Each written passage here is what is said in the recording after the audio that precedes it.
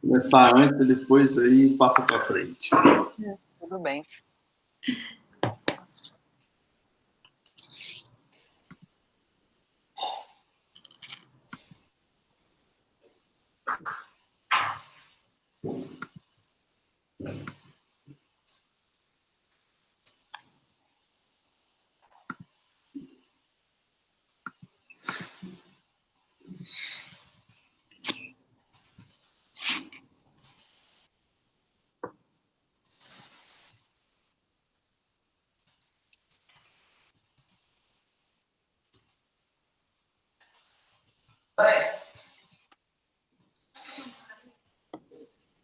Tem mais gente aqui?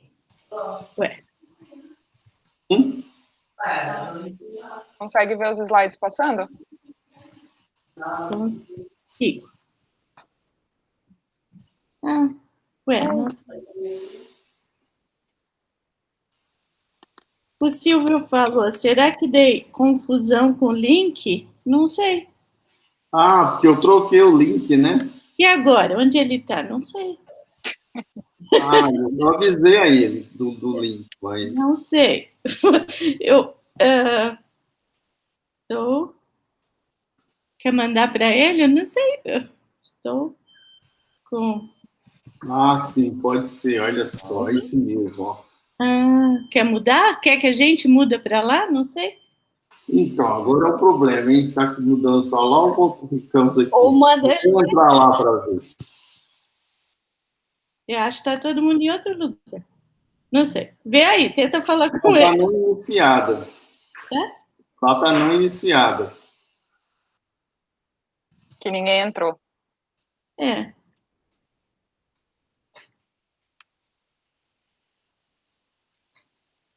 Não, lá está não iniciado. Vou mandar o link para ele. Espera aí, deixa eu pegar aqui. Vou mandar pelo WhatsApp, não sei. Pera, agora até eu achar. E aí ele pode mandar para o pessoal, né? Isso. Espera aí, vamos ver. Ai, deixa eu pôr meu web WhatsApp aqui.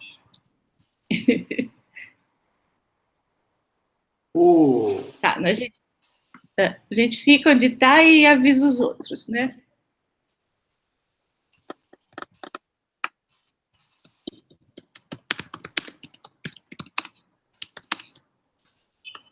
Vamos ver, não sei se ele viu.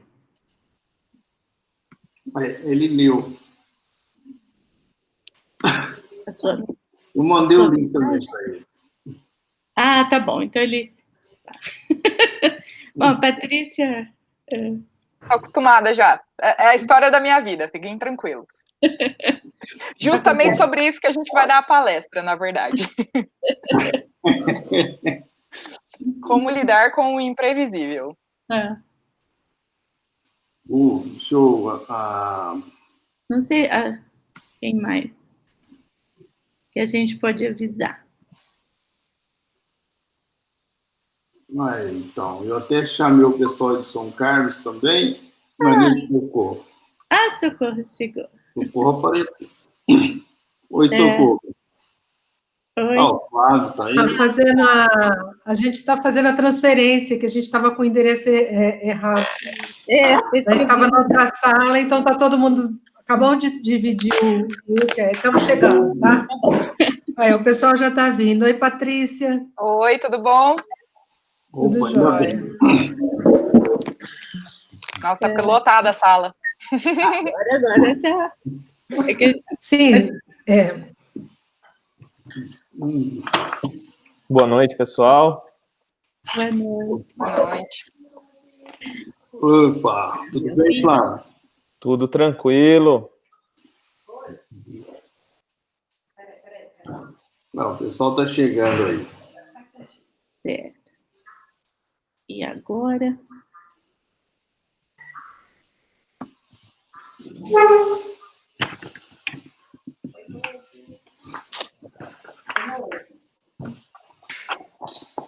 Estou te ouvindo, pode falar. Pode. É 220.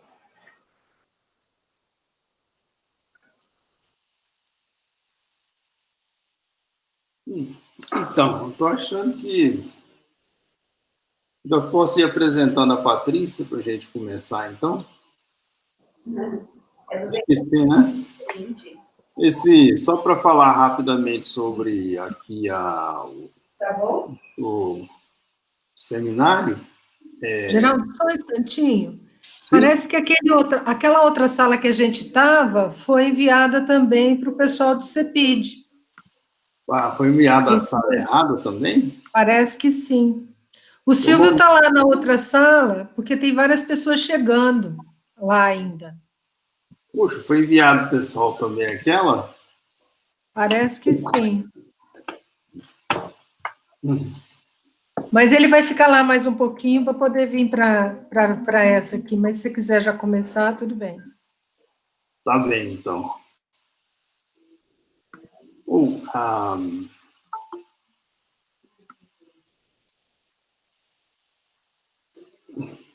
Então, tá bem. Deixa eu só...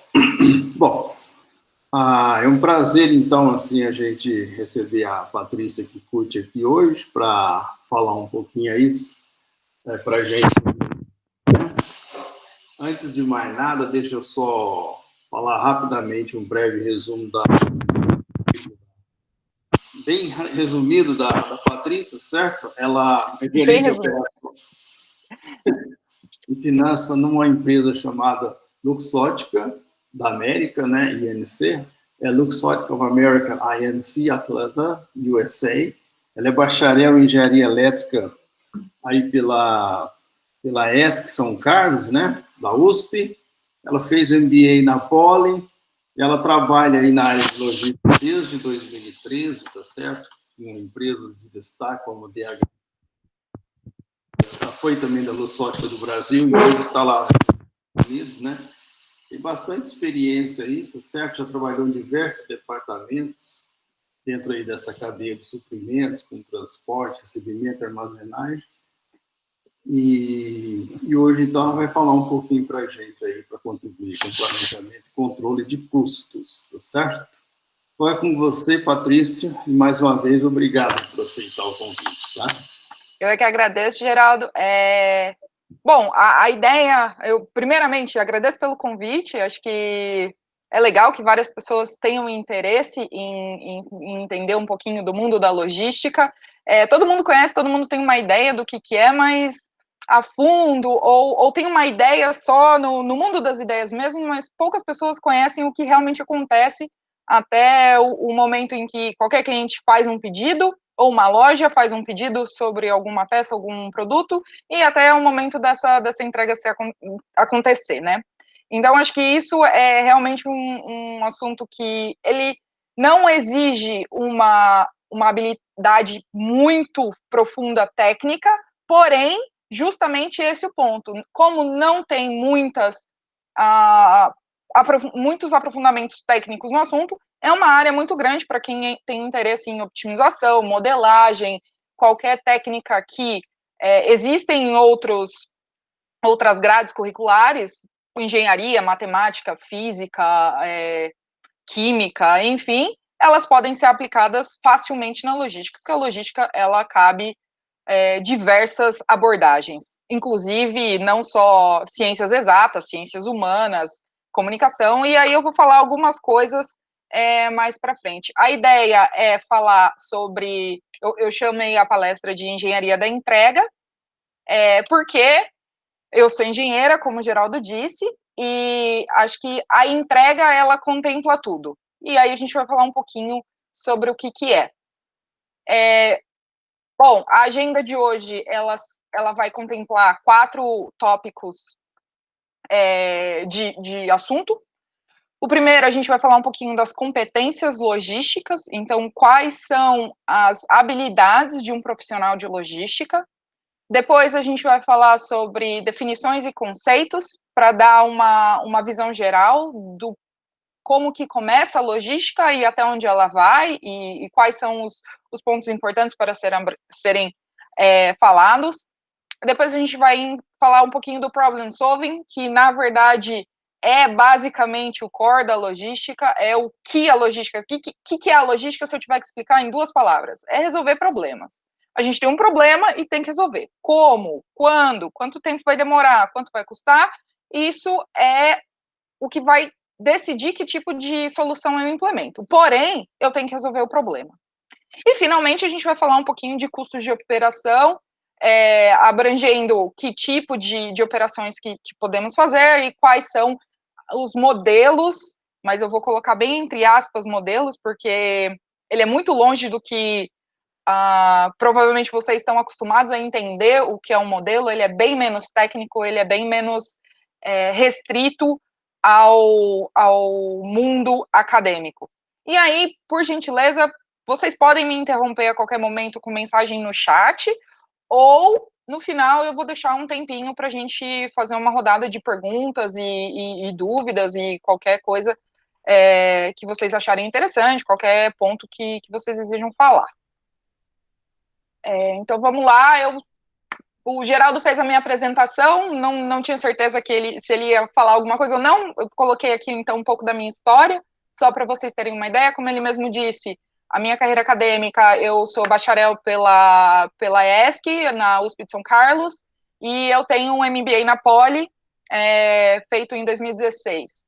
E durante a minha estada no mundo acadêmico, eu fui presidente da Secretaria Acadêmica, participei do grupo de robótica, e acho que isso é importante a gente falar pelo simples fato de que a carreira, ela não está somente do lado de fora da universidade. Você pode iniciar a carreira dentro da universidade em diversos distintos grupos e oportunidades, porque a gente tem essa facilidade quando faz parte da Unesp, da USP, da Unicamp, das maiores universidades do Brasil, a gente tem essa oportunidade de participar de grupos que desenvolvem a habilidade que um profissional precisa de uma forma geral. No Brasil, eu entrei no mercado da logística como trainee em 2013, 2014, e depois eu me tornei supervisora de operações na DHL, que é a maior empresa de supply chain do mundo. Ela contempla vários segmentos do supply chain.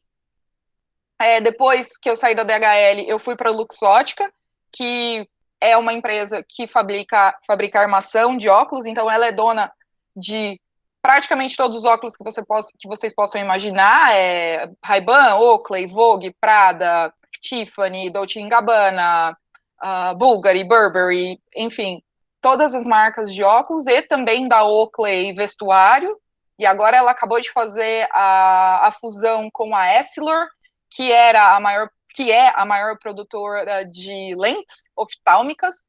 Então, hoje, embora o nome não seja conhecido no mercado, a Essilor Luxótica é a maior empresa do segmento óptico do mundo, incluindo lojas como Óticas Carol e Sunglass Hut, que ela também é dona. Então, felizmente, eu tive a oportunidade de passear em vários departamentos trabalhando para a Luxótica. E eles fizeram o convite em 2017 para que eu viesse para os Estados Unidos implementar alguns projetos, e posteriormente acabei ficando. Então, hoje eu estou nos Estados Unidos, e dentro dos Estados Unidos eu já passei por outras 4 áreas nesses 3 anos que eu estou aqui. Já fiz parte do time de engenharia de melhorias de processo e qualidade. Hoje eu sou gerente de operações e finanças, mas já estive no time de projetos e como supervisora de inventário e anomalias, e esse nome anomalias foi pela falta de achar alguma coisa melhor que se enquadrasse, mas anomalia eu acho que é algo que no mundo da logística é praticamente uma rotina. Todo lugar e todos os dias você encontra uma anomalia para ser resolvida. Então a gente vai falar um pouquinho das competências. Quais são as competências que um profissional de logística precisa? Eu dividi em 5 grandes grupos, que fica mais fácil de entender o perfil de um profissional de logística. O que você precisa? Qual o comportamento, um perfil comportamental que se precisa como profissional? Você tem que ser flexível, você tem que ser organizado, trabalhar com prazos, e aí eu vou colocar entre aspas, apertados, você tem que ser uma pessoa curiosa e dedicação. A logística, de uma forma geral, ela quase se torna um estilo de vida, porque, como eu disse anteriormente, ela não é técnica. Então, nesse momento, você traz conhecimentos da logística para a sua vida e você leva conhecimentos da sua vida, da sua história, para a logística. Então, é difícil separar um do outro. E todas essas qualidades, essas competências, podem ser usadas para outras funções na vida, exatamente. O segundo grande cluster que a gente pode falar é o social. Então, como você se projeta, como as pessoas à sua volta enxergam você. Um ponto importante é influenciador, e aí é bem difícil falar sobre influência, porque, de uma forma geral, as pessoas entendem influência como uma coisa negativa. Está influenciando o resultado, está influenciando tá influenciando uma pessoa a fazer alguma coisa que você quer. Porém, a influência, ela também vai, quando você está num ambiente onde múltiplas pessoas estão fazendo múltiplas atividades, a influência, ela ajuda a convergir as ideias para um ponto central, para um ponto comum. Porque algumas vezes outras áreas, outros departamentos não estão olhando aquilo que você precisa para continuar a resolver o seu problema. Ou mesmo você não está olhando para o que o outro departamento precisa. Então, essa interação, ela precisa existir. E aí, juntamente com as demais características. Confiável, lógico, você tem que demonstrar, passar e trabalhar sempre com a confiabilidade de dados, de informação, de postura, tudo isso. Disposto a ajudar, é uma equipe, ninguém faz logística sozinho, ninguém consegue transportar nada de lugar a nenhum se estiver sozinho. Habilidade de comunicação, essa devia ter posto ela em primeiro lugar, porque é a primeira. A mensagem deve ser passada clara e ela deve ser interpretada do outro lado também claramente. Então, assegurar que a mensagem está sendo transportada de um lugar para outro é essencial. E o adendo professor, que eu até brinco bastante com a Cleonice, o que a gente mais faz aqui é ensinar e aprender. O tempo todo, ou eu estou ensinando para alguém o que eu faço, porque quanto mais pessoas souberem o que eu faço, menos eu vou ter que fazer aquilo, e eu consigo me dedicar a outras coisas, planos maiores, projetos diferentes. E eu também estou aprendendo. Por quê? Porque eu quero mudar o foco ou entender como funciona um outro processo para melhorar o que eu estou fazendo. Então, a dinâmica professor e aluno, ela é em tempo integral, a gente nem percebe que faz. O marketing, e isso é uma coisa que eu senti muita falta quando eu estava na universidade, é a parte de marketing. A gente não aprende, ou pelo menos eu não aprendi, eu não tive a oportunidade de aprender sobre o marketing pessoal, a venda da sua ideia. Você sabe passar a sua ideia com clareza, com coesão, definir o que você quer no final, entender o que a pessoa está querendo de você? Esse marketing, ele existe no seu dia a dia? Se não existe, é uma oportunidade para testar isso. Porque no mundo corporativo, a venda, ela existe em todos os lugares, não só no departamento de venda. Você tem que vender um projeto, você tem que vender uma ideia, você tem que se vender. E tudo isso impacta e pode ser prejudicado porque você não tem essa habilidade. O storytelling, por exemplo, é a habilidade de você contar uma história. Um começo, um meio, o fim, a conclusão. Isso faz sentido? Quando você tem uma ideia na sua cabeça e você passa, isso faz sentido para as outras pessoas? É importante que faça. E identificar pontos fortes e fracos em um projeto, em uma apresentação, em uma análise. E aí a gente vai para o analítico, que normalmente é onde as pessoas mais tentam focar, mas ele não é o único, que é qual é o seu nível de conhecimento do processo, do fluxo. Você tem o feeling de ser dono do negócio? Você cuida do seu quadrado como se você fosse o dono dele. Observar oportunidades, então ficar antenado no que está acontecendo, não só no seu quadrado, em outros lugares, para conseguir trazer aquela informação de uma forma rápida, fácil, e entender o que um projeto que está acontecendo em outro departamento pode afetar a sua área. Obviamente, resolver problemas e ter um pensamento crítico. Nem tudo que te dizem deve ser aceito como verdade universal. E nem tudo que é verdade hoje também é verdade amanhã. Então, esse pensamento crítico é a habilidade de antecipar o que pode acontecer. E, finalmente, as competências gerenciais, que são as suas competências de equipe. Você tem liderança com a sua equipe? Você tem senso de justiça? Espírito de equipe? Consegue trabalhar? Qual a habilidade estrategista e planejador?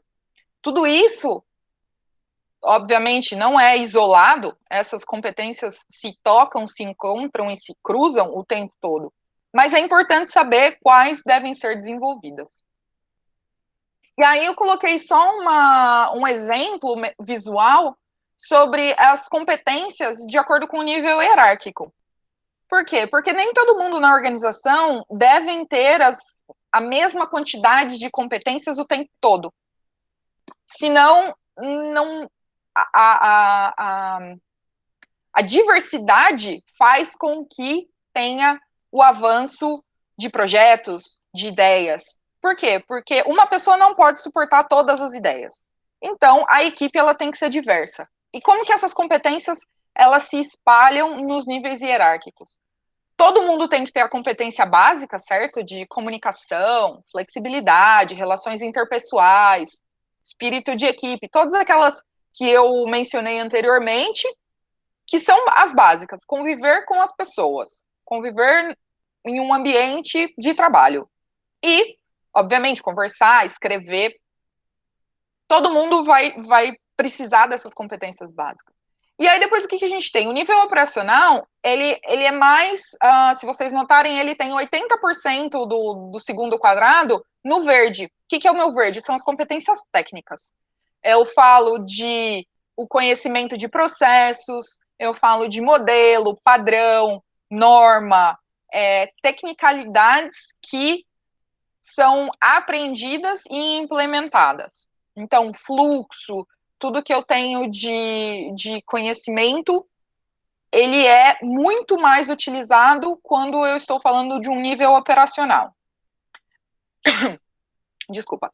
Uma gerência média, ela vai com 50-50, eu tenho que ter conhecimentos técnicos, mas já começa-se a desenvolver competências condicionais, que são visões estratégicas, cultura organizacional, comportamento, equipe, estilo de liderança, tudo isso que não é uma habilidade técnica, ela entra nas minhas habilidades condicionais. E aí, finalmente, a alta cúpula, a alta gerência, ele não precisa saber se eu tenho uma norma ISO 9000 ou ISO 8000, que precisa do item 234. Ele não está interessado nisso. É para isso que tem pessoas abaixo dele. Essa cúpula, ela tem que ter uma visão holística do futuro. Eu tenho que entender para que direção a empresa está indo, para que direção, quais são os próximos negócios, o que é bom fazer um investimento. Eu vou fazer um investimento em tecnologia nesse momento, eu vou fazer um investimento eu vou fazer uma reforma de projetos, a gente vai mudar a localização do armazém, tudo isso são ideias. E aí, depois, claro, vem a parte técnica para embasar. Então, essas competências, elas se conversam dentro da hierarquia corporativa. Então, essa era o que eu tinha para falar um pouco de competências. Por quê? Porque a partir de agora a gente vai falar da parte mais técnica. Um pouco da definição do que é a logística, estou falando o tempo todo de logística, de cadeia de suprimento, de armazém, etc. Tá bom, que diabos é a logística? A definição mais bonita da logística, que é um processo de planejamento, implementação, controle eficiente, baixo custo do fluxo de armazenagem, matéria-prima, estoque, processo, informação, desde o ponto de origem até o ponto de consumo, com o objetivo de atender os clientes. Ok, cumprido, complexo, de uma forma simples. O que é? É entregar um produto para o meu cliente rápido, barato e com qualidade. Mantendo essas 3 ideias na cabeça, todo o resto é para fazer uma dessas 3 ou as 3 de alguma forma funcionar. Infelizmente, essas 3 juntas, 100% não existe. Pelo menos no mundo real elas não existem. Eu não consigo fazer algo barato, rápido e bom. Quando muito, eu faço 2. Se ele é rápido e ele é barato, ele não vai ser bom. Se ele é bom e é rápido, ele não vai ser barato. E se ele é bom e ele é barato, com certeza ele não vai ser rápido. Porque elas são mutuamente excludentes. Se eu tenho se eu preciso que algo chegue rápido, vocês já viram quando tem que comprar um produto na internet, se você quer uma entrega expressa, você paga mais por isso. E é como opera. Não existe uma forma de ter esses 3 ao mesmo tempo. Ok, então pensando sobre isso, o que a minha cadeia de suprimentos faz?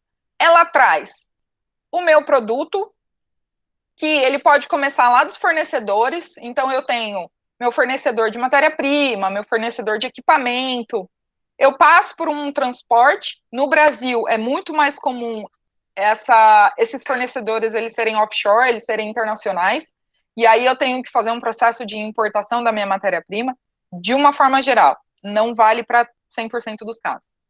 Eu tenho a minha produção, que pode ser nacional ou ela pode ser internacional e depois ela é importada, onde eu transformo a minha matéria-prima no produto.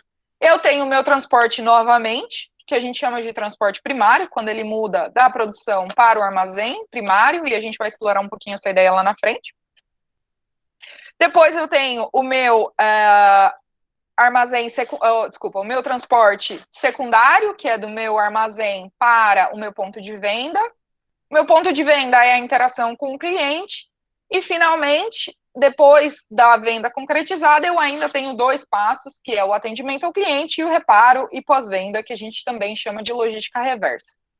Então, quando você compra um produto, ou ele dá um defeito, ou você não quer mais o produto, ele volta para o armazém por algum motivo, é também parte da logística, conhecido como logística reversa. O que é o meu transporte e a minha armazenagem? O transporte, ele contempla 60% dos meus custos de logística, de uma forma geral, e eu posso dividir ele em 3 blocos. Ele pode ser um transporte primário, que é a entrega da minha produção até o meu armazém principal. E quais são as características que esse transporte tem? Ele é um veículo completamente abastecido, então ele está cheio, eu tenho máxima capacidade de armazenagem de uso do meu veículo, eu tenho uma alta consolidação de carga, a fábrica ela não vai mandar quebras, ela vai colocar o máximo de carga possível, porque é uma única viagem, eu saio de um ponto e entrego no outro, e é um alto valor de carga justamente porque ele vai completo. O meu transporte secundário, ele é entre o armazém e o meu cliente, ou um armazém secundário. E as características dele, se no meu primário eu tenho uma carga altamente consolidada, porque ela vai de um ponto a outro direto, o meu secundário, ele é ligeiramente diferente. Eu saio com ela de um ponto, mas eu tenho múltiplos pontos de entrega. Por quê? Porque ela não, eu não entrego tudo, muito dificilmente eu entrego tudo num único cliente. O que acontece? Eu tenho clientes pequenos e médios que fazem pedidos menores e ninguém vai pegar um caminhão para cada pessoa que comprar. Então, nesse momento, entra a parte de rotas, entra a roteirização de transporte, otimização de transporte, para entender como que eu faço essa roteirização de uma forma a não ter um alto custo e ainda assim atender todos os meus clientes do caminho. Então, tudo isso entra no meu transporte secundário. E aí, o transporte secundário, na verdade, ele entra em conjunto com o cross-docking. O cross-docking, ele é uma transferência sem a armazenagem. Até agora a gente está falando do primário para o secundário, eu paro no armazém, eu estoco o meu produto, eu crio um inventário. O meu cross-docking, não. O meu cross-docking, ele é utilizado para fazer só a troca de um veículo para outro. É difícil imaginar isso com uma única empresa, mas vamos imaginar todas as empresas que fazem venda de produtos de shampoo. Vamos imaginar todas as empresas que vendem shampoo em São Paulo. E aí vamos imaginar todos os clientes que compram shampoo em São Paulo. Eu tenho muitos vendedores e eu tenho muitos clientes. Se cada um deles mandasse um caminhão ou um único caminhão fazendo todas essas rotas, isso ia sair muito caro. Então, o que acontece?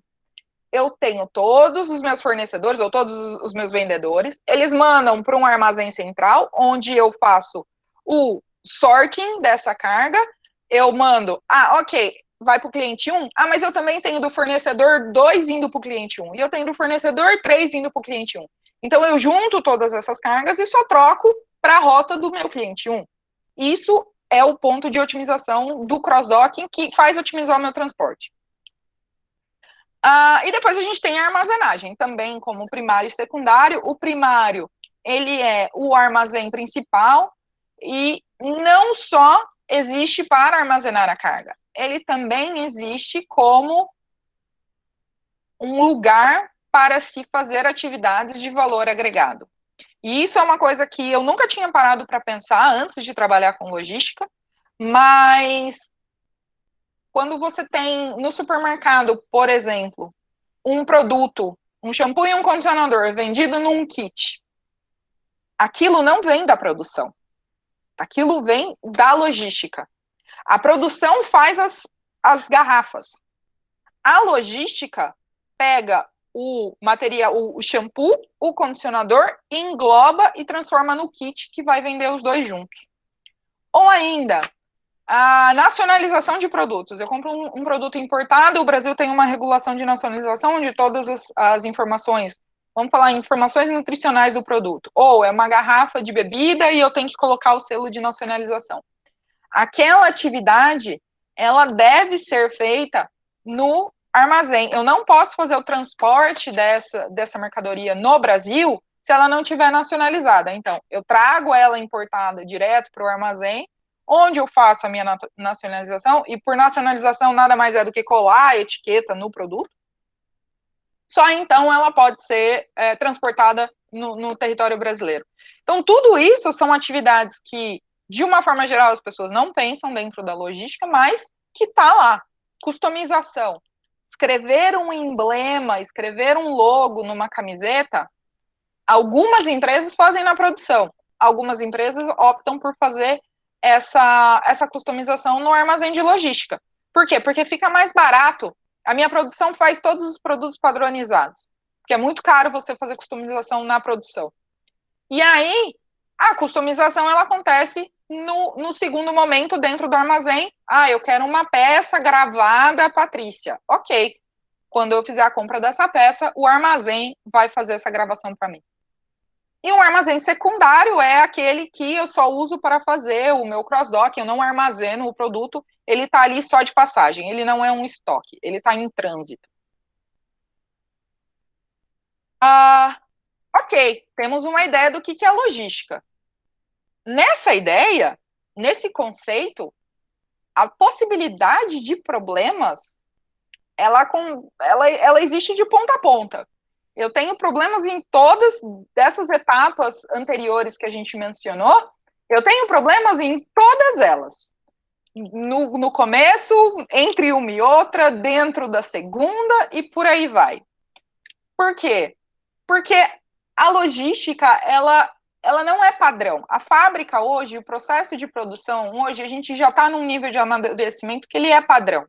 Eu tenho um maquinário, eu tenho um fluxo, eu tenho inúmeras ferramentas que fazem isso ser muito mais padrão. A logística não é, justamente por todos os itens que eu mencionei. Então, nitidamente, como não é padrão, eu tenho vários problemas que podem acontecer no meu percurso de informação, no meu percurso de fluxo. E aí, a gente tem algumas ferramentas para fazer essa solução de problema. Eu não vou falar detalhadamente de todas, eu escolhi 4 para a gente, uma de cada tipo, para a gente tentar ter uma ideia de como que elas funcionam. Eu fiz a divisão entre 4 grandes grupos. Um é o mapeamento de processo, análise de causa-raiz, padronização e análise Six Sigma. E aí, no final, eu queria que vocês tentassem só imaginar, ou enquanto eu estiver falando, imaginem com vocês qual é a melhor opção. Porque isso é um exercício que a gente pode fazer. Então, vamos falar um pouco do mapeamento de processo. A ideia do mapeamento de processo é justamente essa: identificar o meu fluxo de atividades, identificar o meu fluxo de energia, identificar o meu fluxo de material, de alguma forma, para que eu entenda o que o meu processo faz, o que existe dentro do meu processo para que eu faça da melhor forma possível. Então, a gente começa com o Business Process Management, que ele vai identificar a análise de eficácia e eficiência.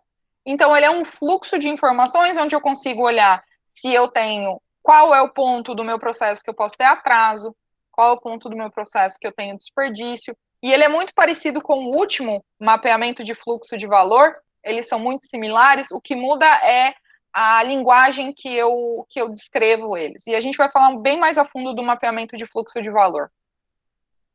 Então, é um fluxo um diagrama de fluxos, onde eu tenho o começo e o fim do processo e informações sobre ele. Dessa forma, eu consigo estabelecer onde são as oportunidades para se fazer melhoria no meu processo.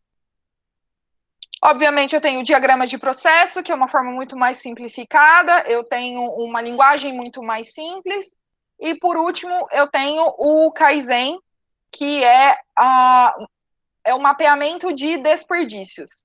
Eu coloquei quais são as listas de possíveis desperdícios que a gente pode ter no diagrama dos exemplos. De uma forma geral, são 7 desperdícios possíveis de serem identificados dentro de uma operação. E aí é importante identificar todos eles, porque é no desperdício que a empresa perde tempo e perde dinheiro. Então, nesse momento, o seu fluxo ótimo, ele vai ser aquele que vai ter o menor desperdício. Análise de causa-raiz. Bom, se o primeiro era para eu entender o que estava acontecendo, o meu segundo bloco, eu sei o que está acontecendo, eu tenho um problema. Então, o que causa o meu problema? E aí a gente tem algumas técnicas, os 5 porquês, que são os 5 whys, o diagrama de Ishikawa, muitas pessoas conhecem como espinha de peixe, que eu tenho uma análise de causa e efeito de todos os meus desperdícios. O focus group, e esse é muito engraçado, porque ele, na verdade, ele não é uma ferramenta de logística, ele é uma ferramenta de marketing. As empresas, antes de lançarem um produto, elas fazem, ou antes de lançar um programa de TV, alguma coisa assim, quando eles fazem o piloto, eles fazem um focus group, que é uma conversa com o seu público-alvo, ou com as pessoas que podem consumir o seu produto. E aí você senta numa mesa e conversa. Ok, o que vocês acham disso? A gente usa isso na logística por quê? Porque, na maioria dos casos, quem cria o problema não é quem vai resolver, e quem está resolvendo o problema muitas vezes não sabe qual é o problema. Por quê? Quem resolve o problema? É o time de engenharia, é o time de manutenção, é a consultoria, é o Vocês imaginem, o analista do escritório, ok. Quem sabe qual é o problema? É o operário no chão. É a pessoa que está todo dia fazendo a operação. Se esses dois grupos não se conversarem, o analista, o engenheiro, quem vai resolver o problema, vai resolver, mas não é o problema. Ele vai resolver alguma outra coisa. E, finalmente, a gente tem a Gemba Walk, que é quando a liderança da operação, quando a equipe de gerência, diretores, fazem uma volta, isso é uma rotina, fazem essa rotina semanal, a cada 15 dias, mensal, enfim, para identificar simples soluções dentro da operação, para entender o que está acontecendo, para trazer esse grupo de pessoas mais próximo da operação. Por quê? Lembram das competências? Essas pessoas, elas têm competências de visão, elas têm competências de macros processos. Então, elas enxergam quem está dentro do fluxo, pode ser que não enxergue. E vice-versa. Por quê? Porque eu tenho uma visão muito maior, mas eu não entendo o técnico. Então, eu trago esse técnico de volta. Padronização. Como eu disse também, a padronização ela é um recurso para economizar tempo e dinheiro e aumentar a minha qualidade, porque o que é padrão, eu tenho uma consistência, eu consigo fazer um fluxo estável, e aí, lógico, a logística tenta padronizar os seus processos. E algumas ferramentas são o 5S, que é o que a gente vai falar daqui a pouco, a gente fala do Kanban, o Kanban, ele fala de fluxo constante, então eu evito picos e vales. O Lean é uma ferramenta que ele fala de 0 defeitos, que é aquela ideia que a gente tinha. E, finalmente, quando a gente fala do Six Sigma, ela é mais uma filosofia corporativa, onde eu tenho na mente de todas as pessoas que trabalham a ideia de se fazer melhoria contínua. Então, eu trago técnicas de melhoria contínua de volta para a minha operação de uma forma rotineira. Ok? Então, falando um pouquinho das técnicas, eu vou falar uma de cada. O Value Stream Mapping, que é identificar os valores, mapeamento de valores, onde são os meus pontos críticos. Então, eu tenho que identificar as atividades que acrescentam valor e são necessárias ou que são desperdícios. Onde que eu tenho acúmulo de estoque? Onde que eu tenho um gargalo, uma atividade que ela vai demorar muito para ser feita e que eu preciso aumentar a capacidade daquela operação, ou se faz sentido aumentar a capacidade de operação, ou eu reduzo etapas anteriores para manter um fluxo consistente. Qual etapa pode ser eliminada? Onde que eu tenho os meus atrasos? E aí, algumas perguntas para eu fazer durante o meu mapeamento de processo. Quão fundo eu quero ir na minha análise? Porque eu posso fazer esse diagrama de processo de uma forma muito simples, ou eu detalho isso a cada passo do processo. E a decisão de fazer isso é se eu tenho tempo e informação para conseguir esse nível de detalhamento. Qual o processo que vai ser mapeado? A definição do processo. Qual a informação que vai ser adicionada? Eu tenho informação de inventário, eu tenho informação de tempo, de potência, de energia gasta, frequência. O que vai ser incorporado no meu diagrama? Quais são os dados críticos? Então, onde eu quero chegar? Como eu disse, os desperdícios, identificar os desperdícios no processo. Então, se eu tenho desperdício de transporte, de inventário, locomoção, espera, eu faço superprocessamento, eu processo mais do que eu deveria, eu faço mais itens do que eu deveria, eu tenho excesso de produção, e quais são os meus defeitos que eu tenho que jogar fora porque eu não posso mais utilizar aquilo. E, finalmente, a gente vai criar qual é o fluxo ideal e como trazer o fluxo real mais próximo possível do ideal. A próxima ferramenta que eu trouxe são os 5 porquês. E essa, como era uma ferramenta de análise de causa raiz, eu parto do problema e eu entro em 5 vezes, mas por quê? Mas por quê? Porque assim eu chego numa muito possível causa raiz. Então, temos o problema, o prazo não foi cumprido. Ok, por que o prazo não foi cumprido? Ah, porque a demanda de solicitação dobrou. Primeiro, por quê? Por que a demanda de solicitação dobrou? Ah, porque tiveram muitos atendimentos não realizados na semana anterior. Ok, por quê? Porque eu tive 1/3 do time destreinado. Por quê? Porque o time de atendimento, porque o processo de integração da área de atendimento não foi executado. Ah, então o pessoal está destreinado, ok, não fizeram treinamento. Por que eles não fizeram treinamento, então? Porque eu não tenho um responsável pelo processo de integração. Ah, muito bem. Então, o meu problema inicial é eu não cumpri o prazo, mas a minha causa raiz, ela é eu não tenho um responsável pelo treinamento das pessoas, portanto, eu não consigo fazer com que essas pessoas sejam tão produtivas, portanto, eu não atendo o prazo acordado. Legal? E aí, uma possível forma de solução, que a gente usa depois dos 5 porquês, são mais 5 Ws e os 2 Hs, que é tá bom, eu sei o meu problema, que é o what. O que é o meu problema? Ah, eu preciso de um responsável. Por que? Já respondi. Onde? Na área de integração de atendimento, para fazer o treinamento. Quando? Claramente o mais rápido possível. Quem vai ser? Definição. Como? Qual é o escopo dessa pessoa e quanto isso vai me custar? E essa é a proposta que você... Então, você tem um problema, você identifica a causa raiz, e você tem a ferramenta para propor a solução. Aqui a gente vai falar um pouco do 5S, que é uma ferramenta de padronização. Ela é uma filosofia japonesa e ela é muito utilizada na indústria de logística e de produção, porque ela já se provou por muitos anos eficaz. Alguns pontos a serem considerados nessa análise. Então, o que são esses 5 S's, né? A gente tem o SEIRI, que é a utilização. Então, eu realmente preciso disso? Eu posso jogar alguma coisa fora?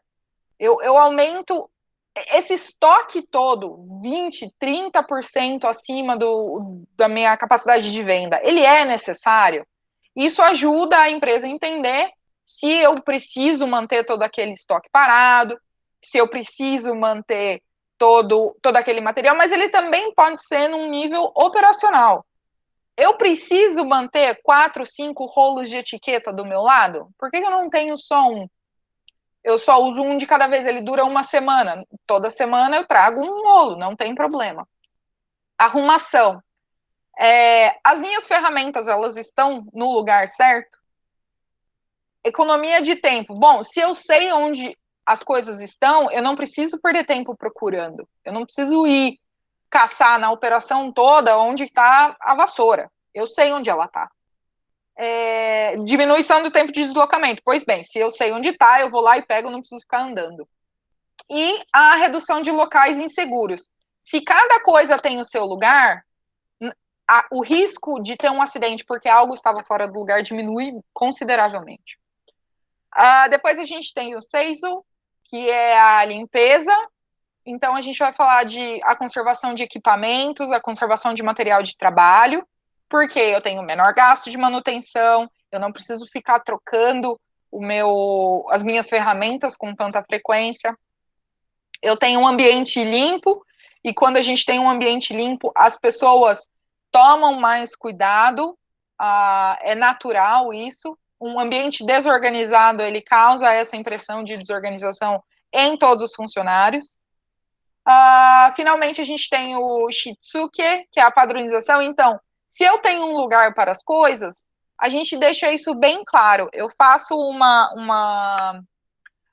uma informação visual sobre o que é cada coisa. Assim, quando uma pessoa que não tem este conhecimento entra na área, elas nitidamente conseguem identificar onde vai cada um dos objetos, onde deveria ser colocada cada uma das coisas. Então, etiquetagem, eu tenho na minha mesa de trabalho, eu tenho um lugar para o computador, eu tenho um lugar para o monitor, tudo isso faz parte da padronização. E aí, o mais importante dos S's é a disciplina. Por quê? Porque isso tudo pode ser feito, você pode fazer na sua casa, Marie Kondo, limpa tudo, joga tudo fora. Se você não tem a disciplina para manter, e por disciplina não é você se forçar a fazer, mas é incorporar na sua rotina esse comportamento. E aí a empresa precisa incorporar na cultura dos funcionários a utilização do 5S, do mais baixo ao mais alto cargo. Porque se isso não acontece, você vai sempre forçar alguém a fazer tudo isso. E ele perde o sentido. Porque o 5S ele não é para ser aplicado, ele é um processo que é contínuo e para sempre. Então, se alguém tem que ficar forçando aquilo para acontecer, ele perde completamente o sentido. E, por fim, a gente tem o PDSA, ou PDCA, que é o meu método científico simplificado. Ele se inicia no planejamento, então a gente tem que identificar o objetivo, as equipes, o que eu vou fazer, qual é o escopo, qual a duração do projeto, que é o meu plan. Eu vou para o meu do, que é experimentação, eu faço em menor escala, um piloto, eu identifico quem são as partes envolvidas dentro da minha atividade, o que eu vou medir, o que eu vou realizar e quais são os pontos de controle que a gente vai criar. Depois tem o study ou check, que ele fala da avaliação ou entendimento, eu vou coletar os resultados, e aí entra a parte de análise estatística, eu tenho uma curva 80-20, eu faço a identificação do que é o resultado que eu fiz, que eu adquiri no meu piloto, e finalmente eu tenho o meu ACT, que é eu faço a implementação desse mini projeto em larga escala. E aí eu crio os procedimentos, faço o treinamento do pessoal e evoluo para o próximo passo. Porque o meu próximo passo vai ser o planejamento novamente em algum outro departamento. Por isso que chama-se melhoria contínua. Falando um pouquinho de estudos de caso, então, a gente tem a empresa X, que possui produtos de bens de consumo, de volumetria variada e precisa encontrar uma solução para o transporte de carga. Alguns exemplos do produto, a gente pode falar de sabão em pó, produtos de limpeza, toalha, fralda, etc. Ok, qual que é a minha solução? Já que o problema é, eu tenho produtos variados e eu preciso otimizar isso de alguma forma. Pois bem, nesse meu transporte, eu faço metade do meu veículo com produtos, por exemplo, sabão em pó, que ele é um produto pesado, mas que ele é denso, então ele não ocupa muito espaço do caminhão, e se eu fizer o transporte de um veículo só meio cheio, eu vou perder dinheiro porque eu estou transportando ar, e eu faço a junção disso com produtos que são leves, mas que ocupam muito espaço, por exemplo, fraldas ou papel higiênico. De novo, por quê? Porque se eu fizer um caminhão somente de papel higiênico, somente de fralda, eu vou estar transportando ar. Então, são duas variáveis que eu tenho que atender, que não é só a cubagem, mas também o peso do produto. E, dessa forma, isso é um caso real, a empresa trouxe a fábrica de fraldas perto da fábrica de sabão em pó, justamente para eu conseguir otimizar a minha capacidade de transporte.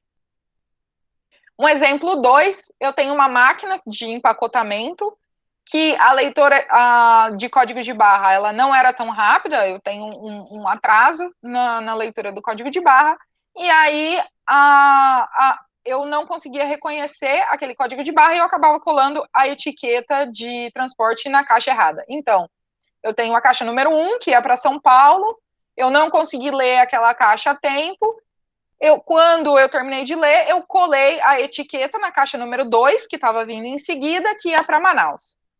Mesmo que o operador consiga identificar, porque eu vou ter uma caixa sem etiqueta, e ele vai lá e manualmente resolve o problema, o meu cliente de São Paulo vai receber 2 caixas, o meu cliente, uma dele e uma que é do meu cliente de Manaus, meu cliente de Manaus vai receber uma caixa de alguém de Fortaleza, e assim vai. Eu erro a sequência da minha máquina. Como que eu faço a solução disso? Eu crio uma verificação dupla. Eu tenho uma etiqueta que identifica primeiramente a caixa, que é aquela que ele vai ler, e depois que eu colo a segunda etiqueta de transporte, eu checo se as duas são iguais, ou elas têm a mesma identificação. Se elas tiverem a mesma identificação, eu passo. Se elas não tiverem a mesma identificação, isso vai ser transferido para uma área para ser feita a exceção. E aí eu consigo identificar cada uma das caixas que teve algum problema. Terceiro estudo de caso. Eu tenho o segundo turno menos produtivo do que o primeiro turno. E ninguém sabe por quê. Bom, o porquê disso? Quando os funcionários do segundo turno chegavam para o trabalho, o primeiro turno ainda estava processando. Então, quando acabava o trabalho deles, eles iam embora, deixavam as atividades pela metade ou no meio do processo. E o segundo turno que estava iniciando perdia-se muito tempo para tentar entender o que estava acontecendo, em qual parte do processo eles deveriam ir, o que já estava feito, o que não estava. Então, qual foi a solução? Você cria um documento padrão de trabalho com o standard do que deve ser passado de um turno para outro e transforma e identifica pontos visuais para você saber aquela particular atividade estava na etapa 2 do processo. Então, eu tenho uma linha marcada no chão, uma bandeira, uma identificação visual, falando que aquilo está na etapa 2 do processo. Então, a partir daquele momento, quem pegar aquilo já sabe o que tem que ser feito. Finalmente, a gente fala um pouco de custos logísticos. A gente tem, então, como falamos de armazém e transporte, os dois possuem custos, e a gente divide os custos em custo fixo e custo variável. O custo fixo de transporte, ele é o custo de ativos, então frota, caminhão, equipamento, etc., que inclui também a depreciação, e algumas empresas optam por colocar a manutenção, quando é manutenção preventiva, dentro dos custos fixos, porque ela já é esperada. E eu tenho o custo variável, que ele é principalmente do pagamento de funcionário, combustível da frota, e quando eu tenho uma contratação de transporte por terceiros, ele inclui o valor de frete também. Custo fixo de armazenagem, ele é feito da mesma forma que a gente tem o de transporte quando é ativo, ele é composto do que a gente chama de CAPEX, que são os ativos, e a parte de OPEX, que é considerado fixo por algumas empresas. Por exemplo, aluguel, que é um custo fixo, energia elétrica, muito dificilmente você vai ter uma variação, água, etc., e pessoas que têm salários fixos, por exemplo, um gerente, um supervisor, pessoas que não são salariadas com hora extra, com bonificação. E aí, em contrapartida, óbvio, no meu custo variado são essas pessoas. São pessoas que trabalham por carga horária, então eles têm diferencial de turno, eles têm hora extra, eles têm bonificação, qualquer uma dessas variáveis de acordo com que eles trabalham. Um pouquinho do estudo de caso, a gente tem o problema, avaliar a tabela de frete de decisão para identificar se eu troco uma transportadora, considerando a performance, tempo de entrega e suporte ao cliente. Então, qual que é o meu problema? Eu tenho a transportadora A que eu já estou trabalhando, veio uma B e me deu uma tabela. A pergunta é, Patrícia, troca ou não troca? O problema é simples. O que a gente faz?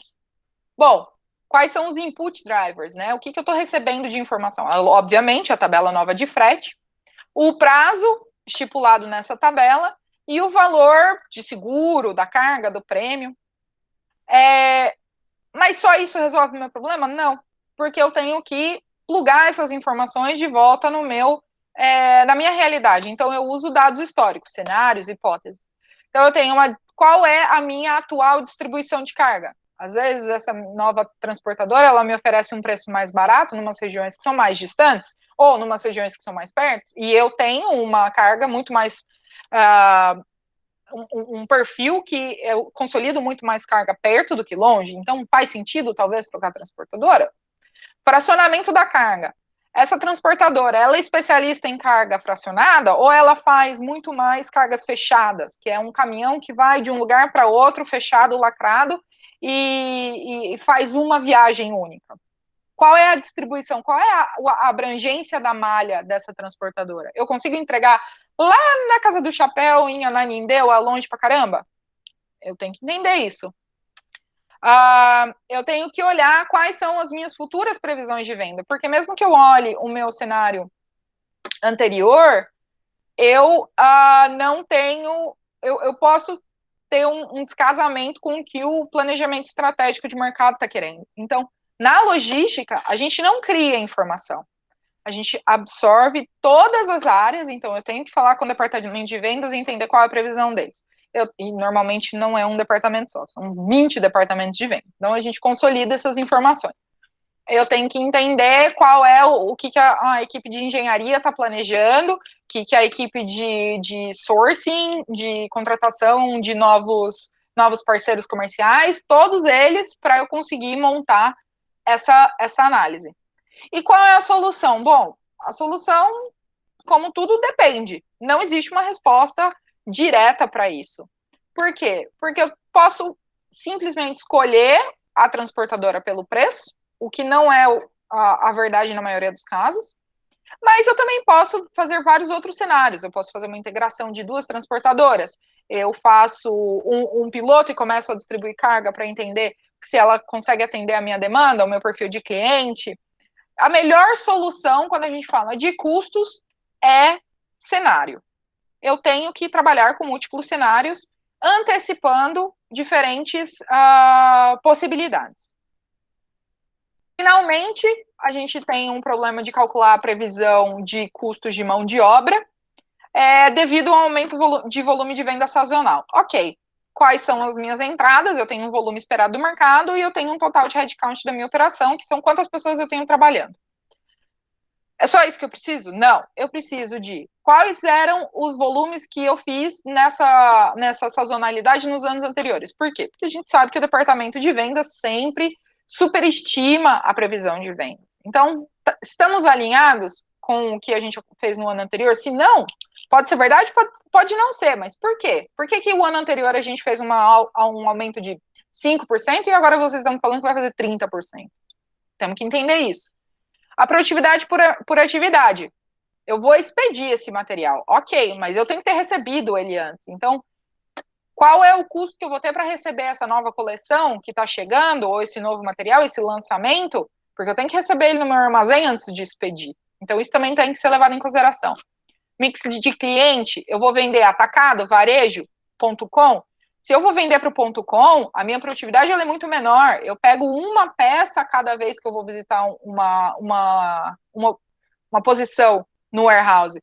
Quando eu falo atacado, o atacado ele compra o 20, 30 do mesmo item.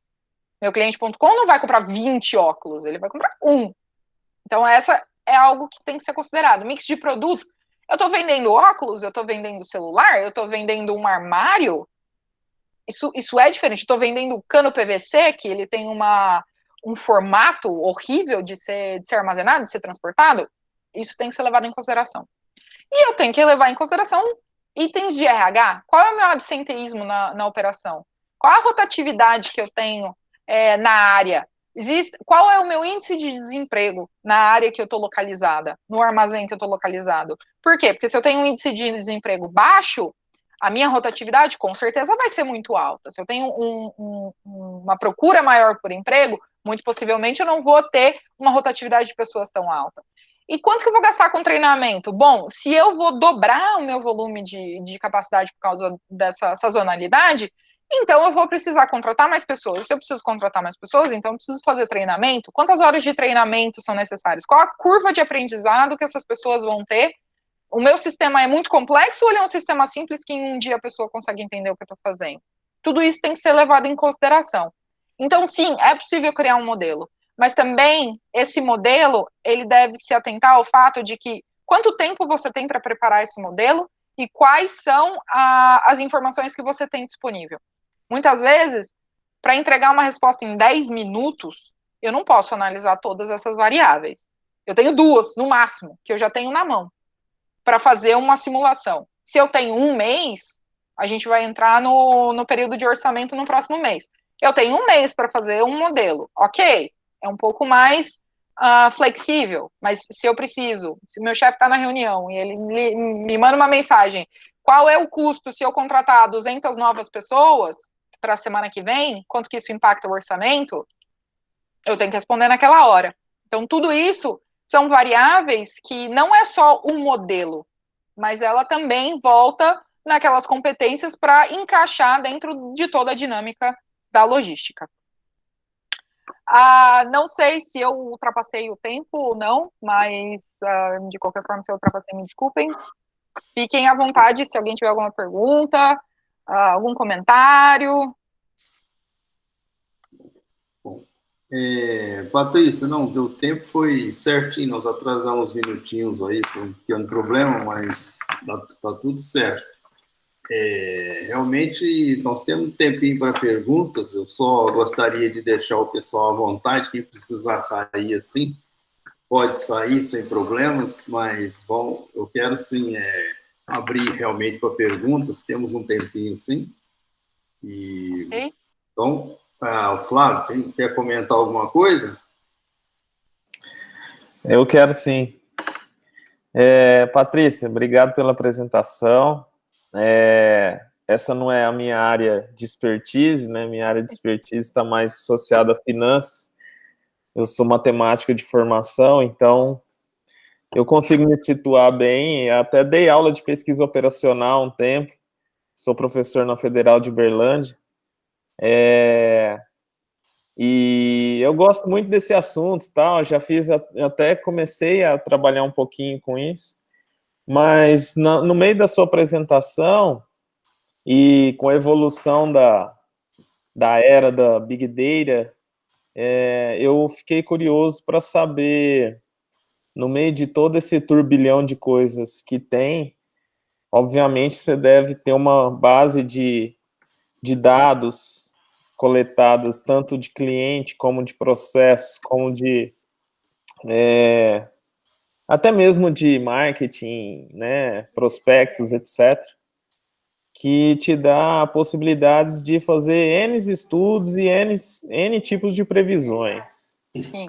E eu só queria saber se você que já está aí na ponta do conhecimento na área, né, está no país que toca tudo isso para frente, vocês utilizam algum dispositivo de inteligência artificial para fazer as análises de vocês, para... Inteligência artificial, não.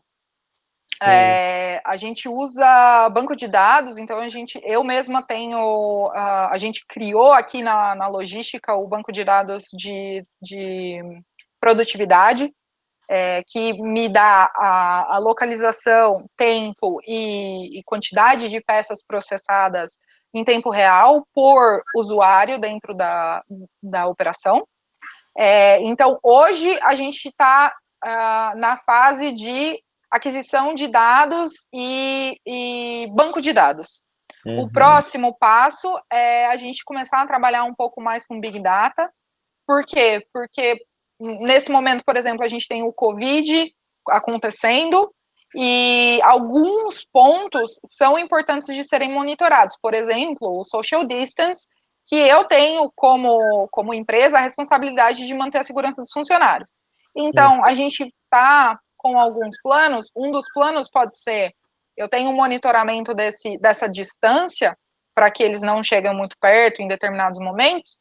E aí eu tenho justamente o meu mapeamento falando, ok, dentro do meu fluxo de processo, por que eu preciso de 20 pessoas nessa área específica, sendo que o meu material não flui por aqui com essa intensidade. Então, eu posso fazer um balanceamento da minha operação em tempo real, utilizando esses dispositivos de localização. Entendi. Então, hoje, isso está no plano de processo, e algumas empresas, a Amazon, por exemplo, está também explorando isso, como tecnologia de RFID, geolocalização dos funcionários, mas ainda é uma área a ser trabalhada. Ela não tem grande implementação ainda. Mas, sim, já existem casos começar a falar sobre isso. A parte de machine learning, acho que ela vai um pouco mais no sentido do meu planejamento, pode ser utilizado, né, no meu custo financeiro, mas hoje a gente ainda não usa muito. Como eu falei lá no começo, a logística ela é uma grande área para ser desenvolvida. Tem oportunidades em quase todos os departamentos. Por quê? Porque as tecnologias, elas precisam chegar na logística. Muitas vezes elas não chegam. Elas chegam na produção, elas chegam no custo, elas chegam primeiro no marketing. O primeiro que elas chegam é no marketing. É sempre o marketing. Mas elas precisam chegar, sim, na logística. É que o marketing é um pouco mais arriscado, é mais arrojado, então ele aceita suas aventuras. Mas ele também é o cara que tem o dinheiro, né? Porque ele é o cara que vende, então também tem essa. E dentro da sua atividade financeira, eu fiquei observando um pouco a sua fala e senti falta um pouquinho dessa sua gestão financeira. O que engloba a sua atividade? É basicamente custo e você não fica na parte de investimentos e gerenciamento de carteira? Não, definitivamente não, justamente porque a logística ela não cuida de carteira. Como eu falei, eu sou gerente de operações e finanças, então eu cuido da gestão financeira da logística. Eu fico com a parte de controle de custos. Então, dentro do meu orçamento, que eu estava fazendo esperando 20 milhões de peças, eu cumpri isso? Primeira pergunta. E se eu cumpri, eu gastei o que eu precisava ter gastado para fazer essas 20 milhões de peças? Eu tenho projetos a serem implantados. Esses projetos estão dentro do prazo? Eles estão gastando mais ou menos? Eu tenho 6 meses para implementar um projeto. Eu estou na metade e eu gastei 80%. Ok, por quê? O que isso... Então, a minha parte, ela fica com o controle de custos. Eu não faço gestão de carteira, nem a parte de accounting no sentido de vendas. Entendi. Tesouraria, nada do tipo. Legal, obrigado. Nada. Patrícia, aqui nós temos assim, várias pessoas aqui da área de pesquisa operacional, né? E eu estou curioso aí para ver se eles não têm algumas perguntas para fazer para você, o pessoal que trabalha com essa parte de modelagem mesmo, né? Matemática de problemas em logística. E antes de qualquer coisa, você fala que você tem que fazer projeções de cenários, né? Você tem uma base de dados e o que você utiliza, por exemplo, para fazer essa projeção de cenários, por exemplo? Como assim? O que eu utilizo de metodologia ou o que eu utilizo de ferramenta? Metodologia e ferramenta. Metodologia é uma coisa assim que existem as regras de uma forma geral. Por exemplo, né, o que é a minha produtividade? É peças por hora. Ok, essa é a minha regra. Como eu chego nessa regra é um pouco mais ao meu conhecimento. Justamente porque, como eu falei nos exemplos, a gente pode fazer um controle que ele é mais high level, ou eu posso fazer um controle detalhado. E isso depende muito de quais são as minhas variáveis disponíveis e qual é o meu tempo disponível para fazer aquela modelagem. Tendo tudo isso em vista, e isso é um comentário que eu sempre faço para quem pergunta, quando eu saí da universidade e quando eu entrei no mercado de trabalho. Quando a gente está na universidade, a gente tem um modelo, a gente implementa o modelo, a gente faz todo o processo e entende se aquele modelo funciona ou não. Quando a gente está na indústria, esse tempo ele não existe, esse amadurecimento. Então, a minha modelagem, ela é baseada em tentativa e erro. Eu fiz quando eu comecei em finanças no ano passado, em junho, quando eu fiz a minha modelagem, ela foi um caos, estava, sei lá, 50%, 70% fora da minha projeção. Ok, temos um problema. Onde está o problema? E aí a gente vai entender, não foi considerado que ele é um armazém de 3 andares, e eu tenho tempo de deslocamento do andar número 1 para o andar número 2. Ok, então eu tenho que diluir a minha produtividade e aí existem as ferramentas de engenharia que me dão isso.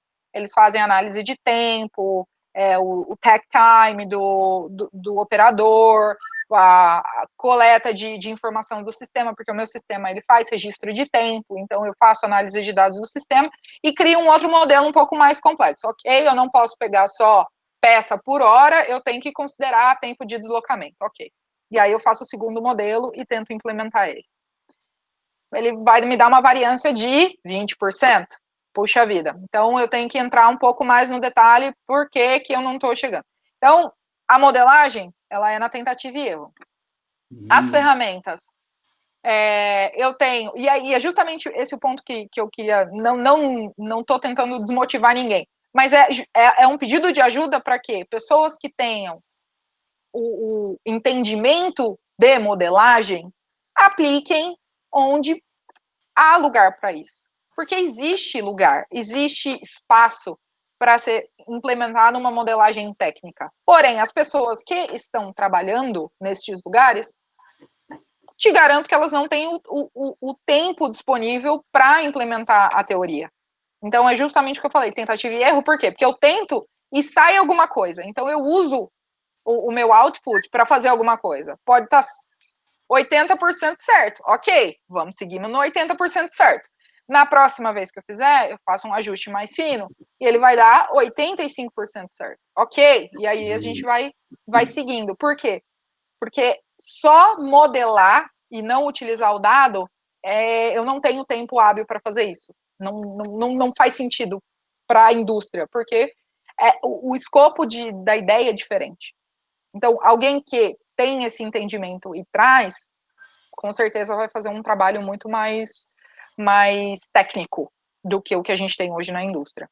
E ferramentas, bom, Excel é meu grande amigo, desculpa, eu sei que vocês ficam bravos quando a gente fala isso, mas meu melhor amigo da vida é o Excel. Hoje a gente usa um pouco mais, então, SQL, trabalha um pouco mais com banco de dados, muito mais próximo.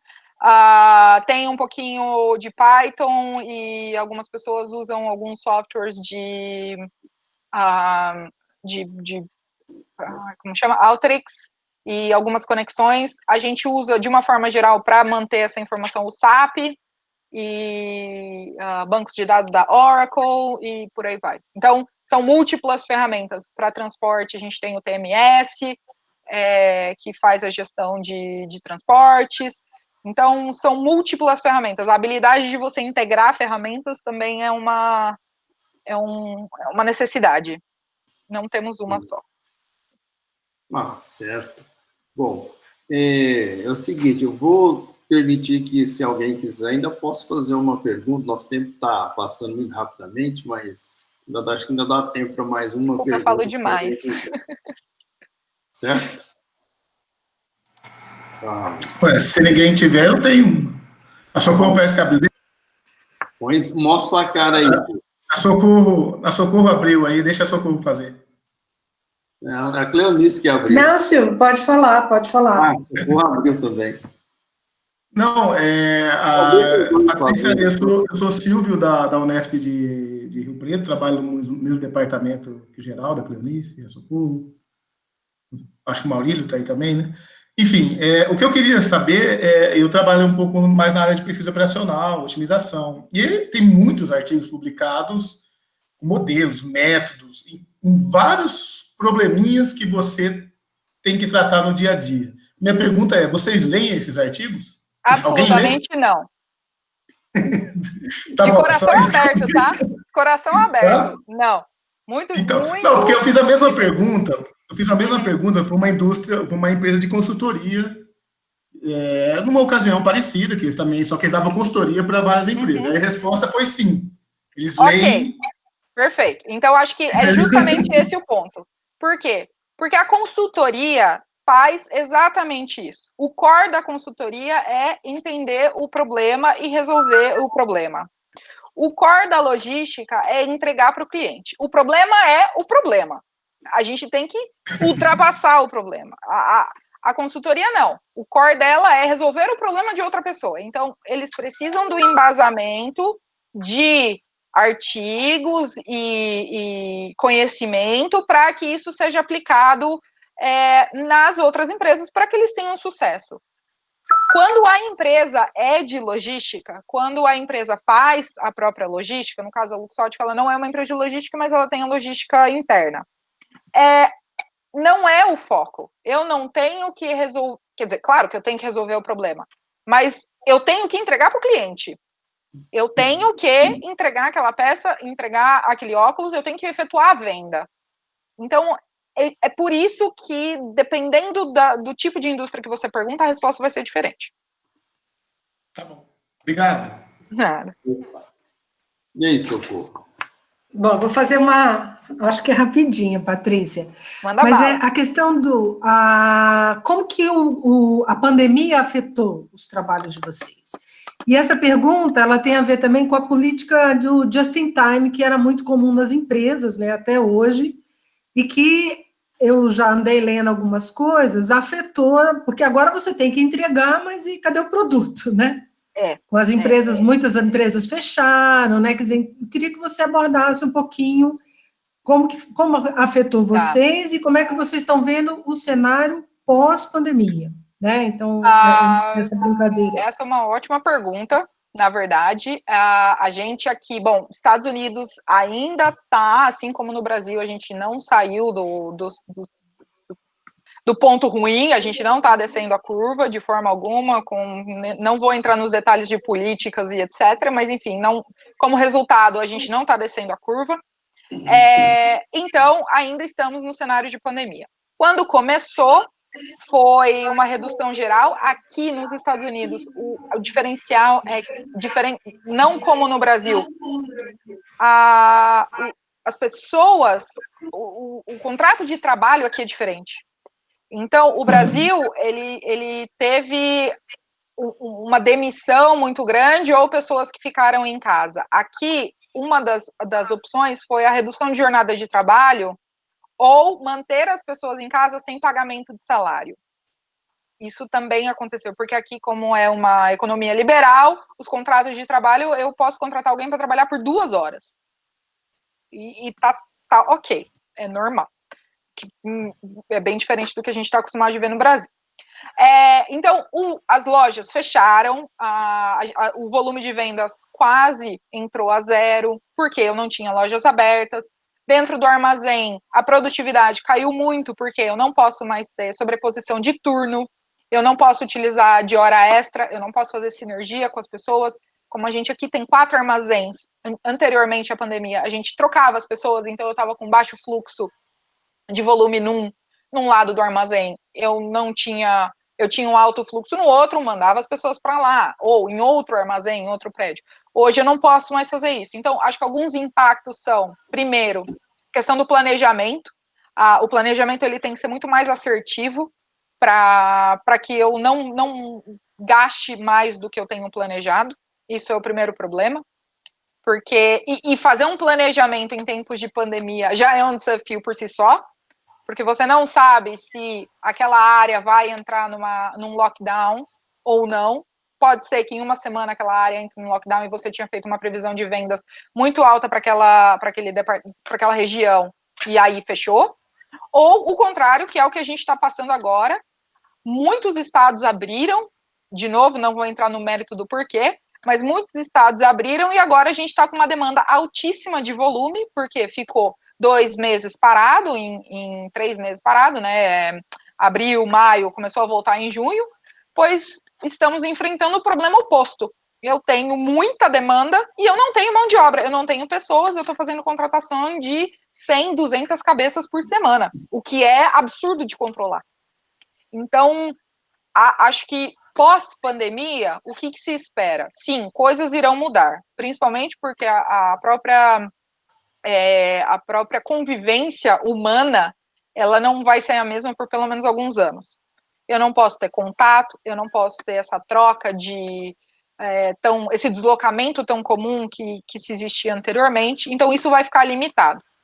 como que a empresa, a indústria, ela se protege? Primeiro, é um planejamento que precisa ser feito e, definitivamente, otimização de uma forma que, não que eu reduza as pessoas, mas que eu possa manter essas pessoas isoladas, ou não isoladas, mas contidas numa área. Eu tenho um número de pessoas que elas não vão sair dali. Eu vou limitar a minha circulação de pessoas. E é isso que a gente está vendo de uma forma geral.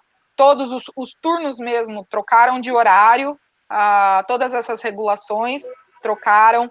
A questão de entrar no armazém, eu tenho que fazer cheque de temperatura. Aqui a gente está fazendo um investimento para todos os funcionários vão ser testados. Então, para você trabalhar, você precisa estar testado e livre do vírus, ou não sei ainda exatamente quais são as regras, mas para eu voltar para a operação, eu que estou trabalhando de casa, se eu quiser trocar de um prédio para o outro, eu não posso fazer isso dentro de 14 dias. Então, se eu estava num prédio, num turno, eu tenho que ficar 14 dias fora antes de voltar para o outro. Então, acho que o ajuste, ele tem que acontecer, ele está acontecendo, e o próximo passo vai ser você fazer isso de uma forma global e padronizada, porque assim todo mundo vai estar dentro da mesma regra. O problema do vírus é justamente esse, né? Se um fura a regra, você arrisca todo mundo. Todo mundo, exatamente.